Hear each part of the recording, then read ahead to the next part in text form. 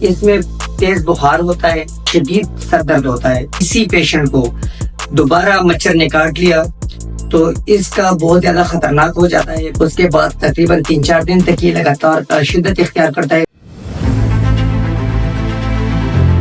السلام علیکم ویورز، میں ہوں عبداللہ۔ آج کی ویڈیو بہت امپورٹنٹ ہے کیونکہ آج ہم بات کرنے والے ہیں ایک خاص بیماری کے بارے میں۔ آج میں آپ لوگوں کو ڈینگی بخار کے بارے میں بتاؤں گا جو پاکستان میں بہت زیادہ عام ہو چکا ہے اور زیادہ تر لوگ اس کی ضد میں آ چکے ہیں۔ آج میں آپ لوگوں کو اس کے بارے میں ڈیٹیل سے بتاؤں گا، لیکن سب سے پہلے آپ لوگوں نے اس چینل کو سبسکرائب کرنا ہے اور اگر یہ ویڈیو پسند آ جائے تو لائک ضرور کریں۔ اب چلتے ہیں اپنے ٹاپک کی طرف۔ تو آج کا ہمارا ٹاپک ہے ڈینگی بخار۔ سب سے پہلے میں آپ لوگوں کو بتاؤں گا کہ یہ ڈینگی بخار ہے کیا چیز۔ تو ڈینگی بخار ایک وائرل انفیکشن ہے جو ایک ایڈیز نامی ماسکیٹو، ایک مچھر کے ذریعے ہمارے جسم میں ٹرانسفر ہوتا ہے۔ یہ مچھر زیادہ تر شام کے وقت اور صبح کے وقت ایکٹیو ہوتے ہیں۔ اب بات کرتے ہیں کہ وہ کون سے سمٹم ہے جس سے یہ پتہ چلتا ہے کہ اس باڈی کو یا اس انسان کو ڈینگی بخار ہے۔ اس میں تیز بخار ہوتا ہے، اس کے علاوہ اس میں تیز شدید سر درد ہوتا ہے اور آنکھوں کے پیچھے سر میں درد ہوتا ہے۔ اس کے علاوہ جوڑوں میں مسل وغیرہ میں درد ہوتا ہے بہت شدید، تکان ہوتی ہے، وومٹنگ، نوزیا وغیرہ ہوتی ہے۔ اس کے علاوہ اس میں لوپلیٹ بہت کم ہو جاتے ہیں جو خون کے کلاٹ ہونے کے سبب بنتے ہیں۔ اس کے علاوہ اس میں ریشز ہو جاتے ہیں جسم پہ، جب بخار زیادہ ہو جائے تو جسم پہ ریشز آتے ہیں، لال سے نشان آتے ہیں، دانے سے بن جاتے ہیں۔ تو یہ علامات ہے، اگر اس طرح کوئی علامات ہو اس کا مطلب ہے کہ اس کو ڈینگی بخار ہو سکتا ہے۔ تو اس کے لیے ابتدائی طور پہ ایک ٹیسٹ ہوتا ہے جس کا نام ہے بلڈ سی پی ٹیسٹ۔ بلڈ سی پی ٹیسٹ میں معلوم کیا جاتا ہے اگر پیشنٹ کا WBC وائٹ بلڈ سیل زیادہ ہو یا اس پیشنٹ کا پلیٹلیٹ کاؤنٹ جو پلیٹلیٹ ہوتے ہیں وہ نیچے ہو چکے ہو، کم ہو چکے ہو، اس سے پھر یہ اندازہ ہوتا ہے کہ اس پیشنٹ کو ڈینگی بخار ہے۔ ابتدائی ڈینگی بخار ہوتا ہے، اس کے بھی 4 اقسام ہوتے ہیں، ڈینگی 1، ڈینگی 2، ڈینگی 3 اور ڈینگی 4۔ یہ 4 اقسام ہیں۔ اگر ایک پیشنٹ کو مچھر نے ایک بار کاٹ لی ہے تو اس کو ڈینگی 1 بخار ہے، ڈینگی 1 ڈینگی ہے اس کو۔ اگر اسی پیشنٹ کو دوبارہ مچھر نے کاٹ لیا تو اس کا بہت زیادہ خطرناک ہو جاتا ہے، پھر اس کو ہیموریجک بخار بولتے ہیں۔ فیور ڈینگی ہوتا ہے جس میں بلیڈنگ کا خطرہ ہوتا ہے، جس میں آرگن فیلر کا خطرہ ہوتا ہے، اس کے علاوہ اس میں شوک کا خطرہ ہوتا ہے۔ تو یہ بہت زیادہ خطرناک ہوتا ہے۔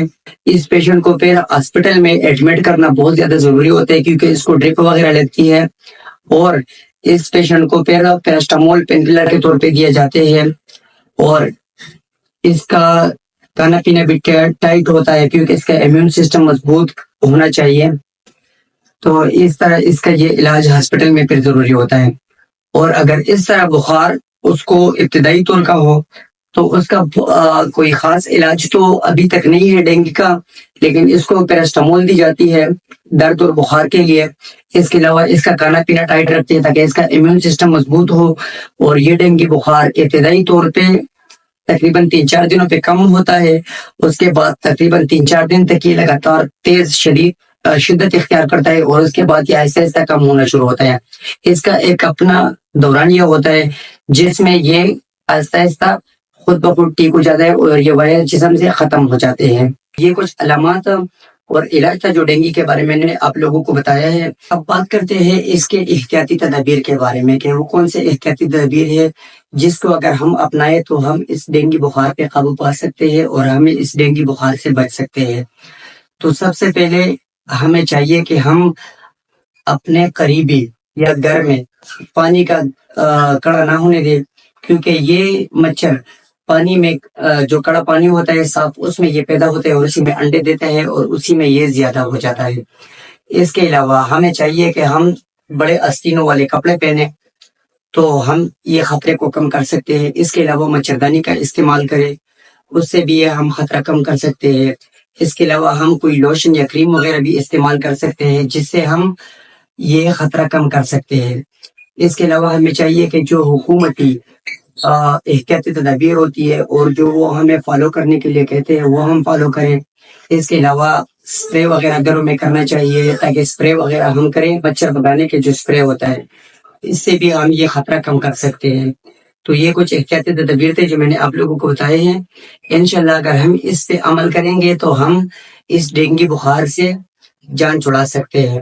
انشاءاللہ نیکسٹ ویڈیو میں آپ لوگوں کو ایک نئی بیماری کے بارے میں اور اس کے علاج کے بارے میں بتاؤں گا. آج کے لیے اتنا ہی. اب ملیں گے نیکسٹ ویڈیو میں. تب تک کے لیے اللہ حافظ.